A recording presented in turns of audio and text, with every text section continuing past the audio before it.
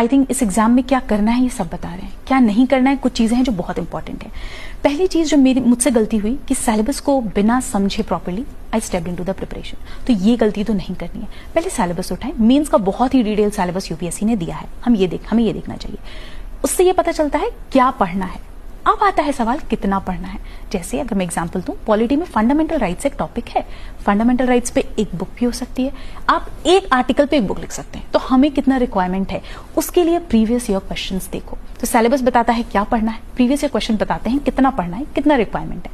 ये दो चीजों के बाद तीसरी चीज आती है बेसिक्स। एंड बेसिक्स के लिए आई थिंक एनसीईआरटी से बेहतर कुछ नहीं है। अब मैं ये बिल्कुल नहीं कहती कि 6 से 12 की सारी एनसीईआरटी पढ़नी है। कुछ स्पेसिफिक, कुछ बेसिक्स हैं जिनको आपको रेफर करना है।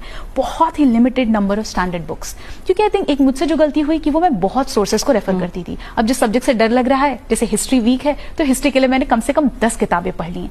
आप उसको कंसोलिडेट नहीं कर पाओगे, आप उसको रिवाइज नहीं कर पाओगे, तो अल्टीमेटली उस नॉलेज का कोई यूज नहीं है। तो ये भी मैं कहूंगी कि बहुत ही मिनिमम बुक लिस्ट रखो। आई थिंक पढ़ने से ज्यादा इंपॉर्टेंट एक रिपीटेड रिविजन स्लॉट, कि हर 10 दिन बाद, 10 दिन नहीं तो 20 दिन बाद मैं 1-2 दिन का स्लॉट, कि पिछले 20 दिन में जो पढ़ा उसको मैं रिवाइज करके उस पर एक टेस्ट सॉल्व करके और तब मैं आगे बढ़ूं। तो ये कुछ चीजें हैं जो मुझे लगती हैं रिक्वायर्ड हैं इस फील्ड में।